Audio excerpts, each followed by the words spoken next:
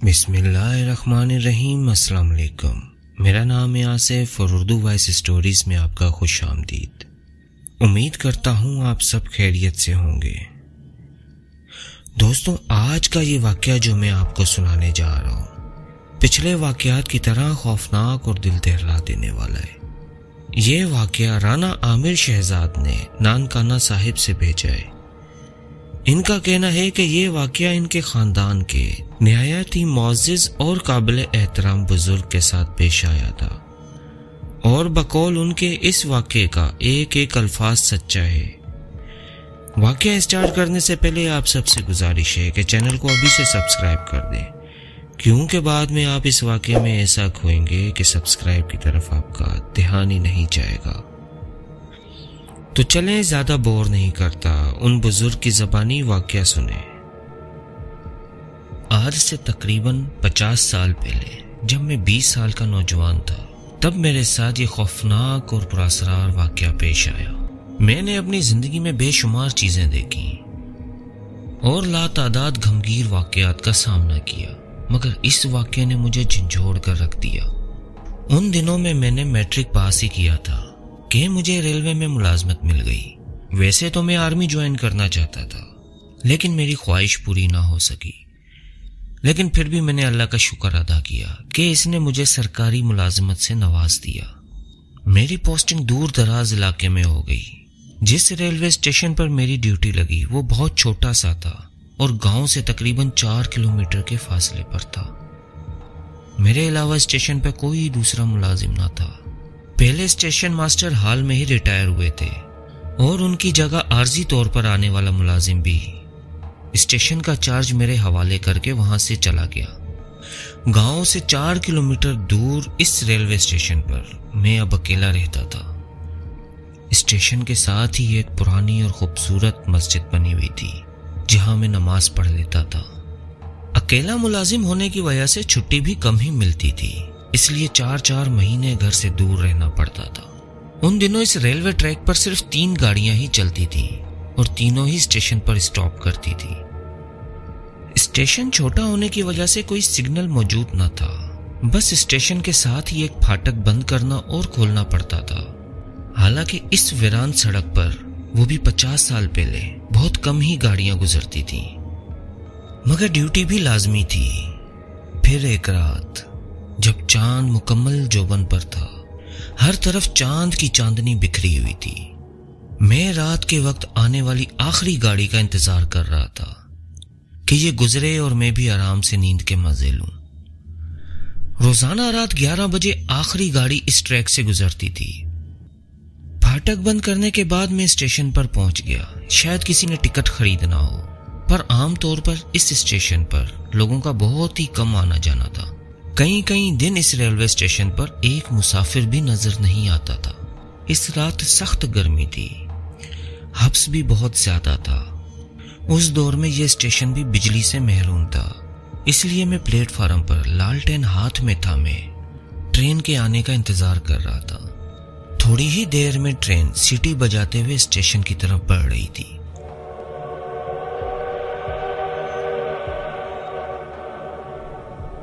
مگر پھاٹک سے تھوڑا ہی پیچھے ٹرین چنگاریاں اڑاتی ہوئی رک گئی۔ میں بہت پریشان ہوا کہ اللہ خیر کرے، ریل گاڑی وہاں کیوں رک گئی؟ حالانکہ ہر چیز کلیئر تھی، اور میں یہ سوچتے ہوئے فوراً گاڑی کی طرف بھاگا۔ وہاں پہنچتے ہی ایک وحشت ناک اور دل خراش منظر میری آنکھوں کے سامنے تھا۔ کوئی بدقسمت شخص گاڑی کے نیچے آ کر مر چکا تھا، جس کی دونوں ٹانگیں اس کے دھڑ سے الگ ہو چکی تھی۔ بازو اور سر بھی بری طرح سے چھلنی ہو چکے تھے، اور وہ موقع پر ہی دم توڑ گیا تھا۔ تمام مسافر گاڑی سے باہر نکل چکے تھے۔ زیادہ تر لوگ اس واقعے کو خودکشی قرار دے رہے تھے، اور کچھ ڈرائیور کو مشکوک نظروں سے دیکھ رہے تھے۔ پھر میں نے ڈرائیور سے پوچھا، یہ خوفناک حادثہ کیسے رونما ہوا؟ وہ سہما ہوا بولا، جناب یہ شخص اچانک انجن کے سامنے آ گیا، جس کی وجہ سے میں اسے بچانے میں بالکل ناکام رہا۔ پھر لوگوں کی مدد سے ہم نے اس لاش کو اکٹھا کر کے پٹری سے تھوڑے فاصلے پر کسی مسافر سے کپڑا لے کر اس پر لٹا دیا۔ میں اس علاقے کے تمام لوگوں کو اچھی طرح جانتا اور پہچانتا تھا۔ یہ شخص اس علاقے کا نہیں تھا اور یہ امکان بھی ہو سکتا تھا کہ شاید یہ اس علاقے میں کسی کے گھر مہمان آیا ہو، کیونکہ یہ ریلوے اسٹیشن پر پہنچنے سے پہلے ہی اس کے نیچے آ کر مر چکا تھا۔ نہ اس کے پاس کوئی سامان تھا، نہ ہی کوئی شناخت کی چیز۔ سب مسافر اور خاص طور پہ عورتیں بری طرح خوفزدہ ہو چکے تھے، اس لیے وہ جلد از جلد یہاں سے نکل جانا چاہتے تھے اور ٹرین ڈرائیور سے وہاں سے نکلنے کے لیے بار بار بول رہے تھے۔ اس وقت ٹرین میں پولیس کے 2 اہلکار بھی موجود تھے۔ میں نے ڈرائیور سے کہا کہ برائے مہربانی ایک پولیس والا مجھے دے دیں تاکہ ہم دونوں رات اس لاش کے پاس گزاریں اور صبح کسی نہ کسی طرح اس کے گھر والوں تک خبر پہنچانے کی کوشش کریں گے۔ مگر پولیس اہلکار نے رکنے سے صاف انکار کر دیا اور گارڈ نے بھی یہ کہہ کر پولیس والے کی حوصلہ افزائی کی کہ یہ ٹریک بہت لمبا ہے، اس لیے خدا نخواستہ کسی بھی ناگوار واقعے سے نمٹنے کے لیے ہمیں بھی سیکیورٹی کی ضرورت پڑ سکتی ہے، لہٰذا دونوں پولیس اہلکاروں کا ہمارے ساتھ چلنا ضروری ہے۔ میں نے بہت اصرار کیا کہ ریلوے اسٹیشن گاؤں سے بہت دور ہے اور میں رات کے اس پہر اس لاش کو اکیلا چھوڑ کر گاؤں سے کسی ساتھی کو بھی نہیں لا سکتا۔ کم از کم مجھے اتنا موقع تو دیں کہ میں گاؤں سے کسی کو بلا تو لاؤں۔ میری حالت دیکھ کر وہ جان چکے تھے کہ میں اندر سے بری طرح خوفزدہ ہو چکا ہوں، مگر وہ بھی مجبور تھے۔ انہوں نے مجھ سے فیصلہ کن مگر نرم لہجے میں کہا، محترم، یہ ریلوے اسٹیشن آپ کے زیر سایہ ہے، اس لیے اس واقعے کے بعد لاش کا خیال رکھنے کی ذمہ داری آپ پر عائد ہوتی ہے، لہٰذا جب تک اس کے وارث یہاں نہ پہنچ جائے اس کا کیا کرنا ہے یہ اب آپ کا مسئلہ ہے۔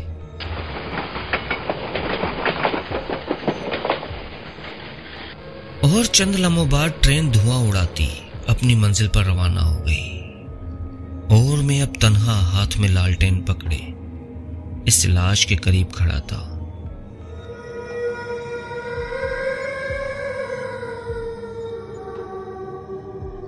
میرے کندھے پر ایک سفید کپڑا موجود تھا۔ میں لالٹین ایک طرف رکھ کر اور لاش کے تھوڑے فاصلے پر کپڑا زمین پر بچھا کر اس پر بیٹھ گیا۔ ٹھنڈی ٹھنڈی ہوا چلنے لگی تھی، چاند کی چاندنی میں ہر چیز واضح نظر آ رہی تھی، پر لاش کی موجودگی کی وجہ سے میں بہت خوفزدہ تھا۔ گرمی ویسے بھی بہت تھی اور قریب کوئی آبادی بھی نہ تھی، اور اس ویرانے میں اور اس لاش کے علاوہ کوئی اور نہ تھا۔ میں بہت ڈرا اور سہما ہوا لاش کے بالکل سامنے بیٹھا ہوا تھا۔ آخر بیٹھ کر میں تھک گیا، پھر دھیرے دھیرے میں لیٹ گیا، مگر میں ہر حال میں جاگنا چاہتا تھا، کیونکہ میں نے بزرگوں سے سن رکھا تھا کہ اگر میت کے پاس بیٹھے سب لوگ سو جائیں تو میت کے مردہ جسم میں جنات داخل ہو جاتے ہیں۔ یہ باتیں سوچ کر میں پہلے بہت ڈر چکا تھا اور میرے دل کی دھڑکنیں بہت تیز ہو رہی تھیں۔ کسی نے سچ ہی کہا تھا کہ نیند تو سولی پر بھی آ جاتی ہے۔ جاگنے کی بھرپور کوشش کے باوجود نہ جانے میں کب نیند کے آغوش میں چلا گیا۔ تھوڑی دیر بعد مجھے نیند میں ایسا محسوس ہوا جیسے کوئی جانور کوئی چیز کھا رہا ہے۔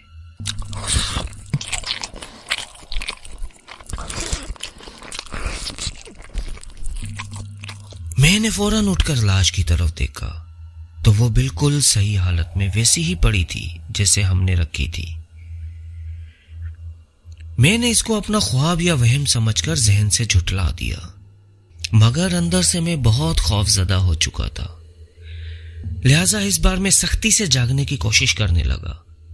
اس وقت ہوا بھی بند ہو چکی تھی اور حبس بھی بڑھنے لگا تھا۔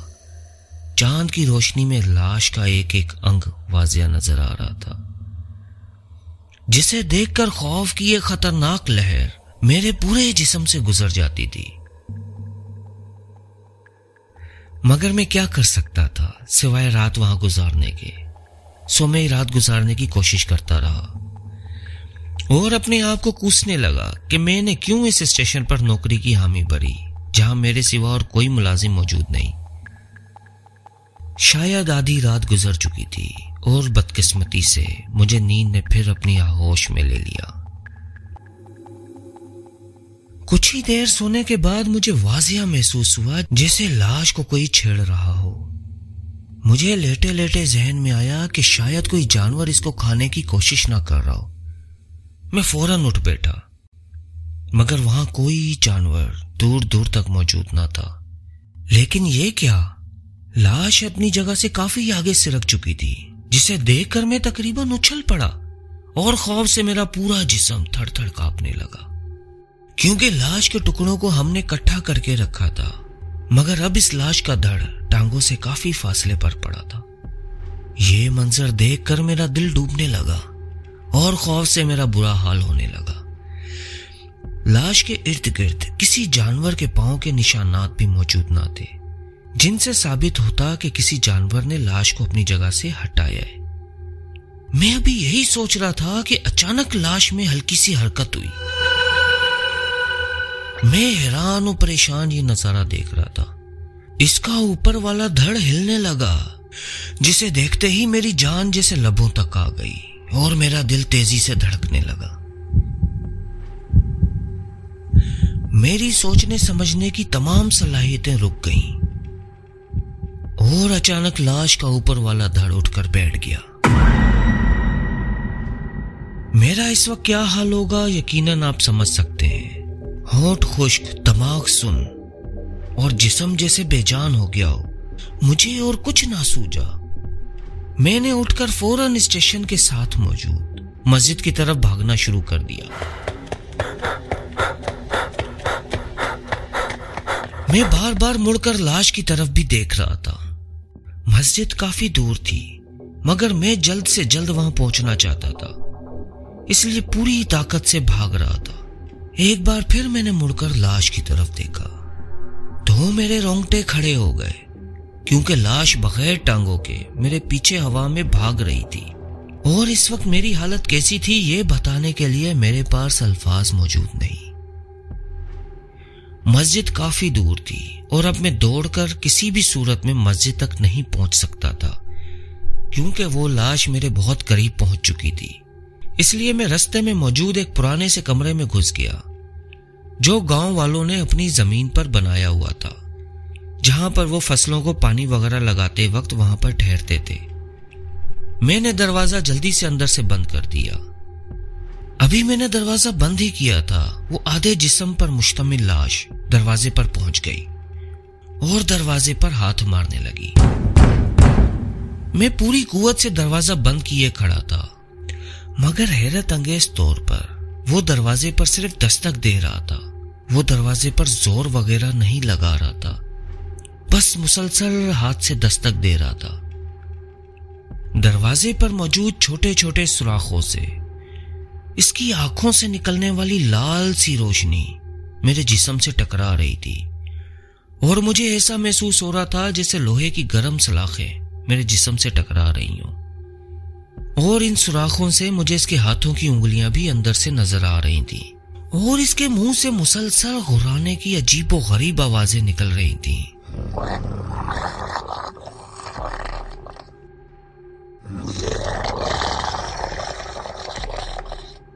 اسی لمحے میری نظر کمرے میں موجود ایک کھلی ہوئی کھڑکی پر پڑی۔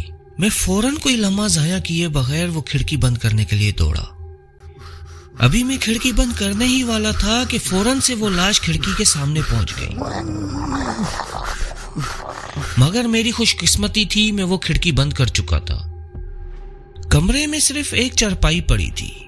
اس چارپائی کو اٹھا کر میں نے کھڑکی کے آگے رکھ دیا تاکہ کھڑکی کھل نہ سکے، اور میں پھر دروازے پر آ کر کھڑا ہو گیا۔ وہ لاش دروازے پر اور کھڑکی پر دستک دیتی رہی، مگر اندر داخل ہونے سے قاصر رہی، اور میں سوچنے لگا کہ لوگ عام طور پر سمجھتے ہیں کہ جنات کے پاس ہر طرح کی قوت ہوتی ہے، وہ غائب ہو سکتے ہیں، کوئی بھی روپ دھار سکتے ہیں، لوگوں کے جسم میں داخل ہو سکتے ہیں، دیواروں اور مکانات وغیرہ سے بغیر کسی رکاوٹ کے گزر سکتے ہیں، مگر یہ کون سی مخلوق ہے جو مردہ جسم میں تو داخل ہو گئی مگر اس دروازے میں داخل ہونے سے قاصر ہے؟ یہ ساری باتیں میری سوچ سے بالا تر تھیں۔ کچھ دیر کے بعد دروازے پر دستک ہونی ختم ہو گئی، ہر طرف خاموشی چھا گئی۔ میں نے ابھی ایسا سوچا ہی تھا کہ شاید وہ لاش چلی گئی ہے کہ مجھے چھت پر کسی کے چلنے کی آواز آئی۔ میں سمجھ گیا کہ اب لاش چھت سے اندر آنے کی کوشش کرے گی، کیونکہ اس کمرے کی دیواریں تو پکی سیمنٹ کی بنی ہوئی تھی، مگر اس کمرے کی چھت مٹی کی تھی۔ اور وہی ہوا جس کا مجھے ڈر تھا۔ وہ تیزی سے کچی چھت کو کھرچنے لگا اور میں انتہائی بے بسی کے عالم میں بیٹھا ہوا تھا۔ مجھے یقین تھا کہ وہ جلدی چھت کھود کر اندر آ جائے گا۔ اس خوفناک رات کے اندھیرے میں اس چھت کے کھرچنے کی آوازیں واضح محسوس کر رہا تھا۔ خوف سے میرا حلق خشک ہو رہا تھا، دل تیزی سے دھڑک رہا تھا۔ مجھے اپنی موت اب یقینی نظر آ رہی تھی۔ اس صورتحال کو مد نظر رکھتے ہوئے اور موت کو انتہائی قریب سے دیکھ کر میں سجدے میں گر کر اپنے رب سے توبہ کرنے لگا۔ اور تھوڑی ہی دیر بعد وہ لاش چھت کھود کر کمرے کے اندر داخل ہو گئی۔ اس کی انگاروں جیسی دہکتی آنکھیں مجھے اپنے جسم کے اندر گھستی ہوئی محسوس ہو رہی تھی۔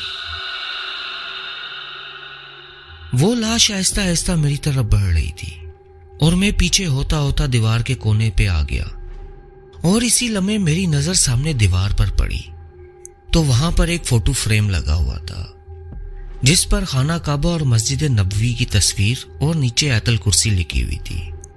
میں نے فوراً سے وہ مبارک تصویر دیوار سے اتار کر اپنے ہاتھوں میں پکڑ کر اس کے سامنے کر دی۔ وہ لاش چند قدم پیچھے ہٹ گئی اور اچانک سے وہ لاش پھر سے ٹکڑے ٹکڑے ہو کر زمین پر گر گئی۔ اس کے دونوں بازو، سر، کمر اور باقی دھڑ سب الگ الگ ہو کر زمین پر بکھر گئے۔ یہ بہت ہی خوفناک منظر تھا۔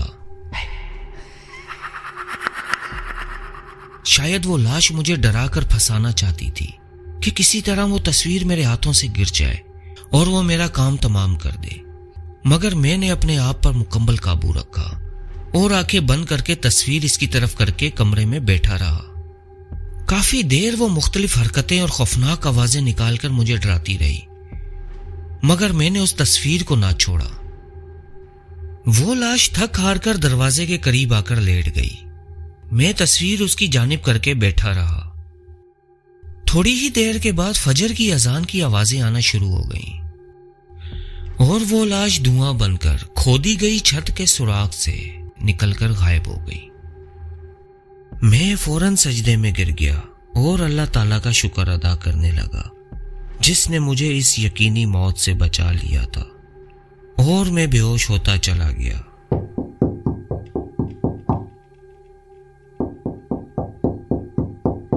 دروازے پر دستک ہو رہی تھی، جس سے میں ہوش میں آیا۔ دروازے پر چاچا سراج تھے، جو اس کمرے کے مالک تھے۔ وہ بول رہے تھے کہ کمرے میں کون ہے، دروازہ کھولو۔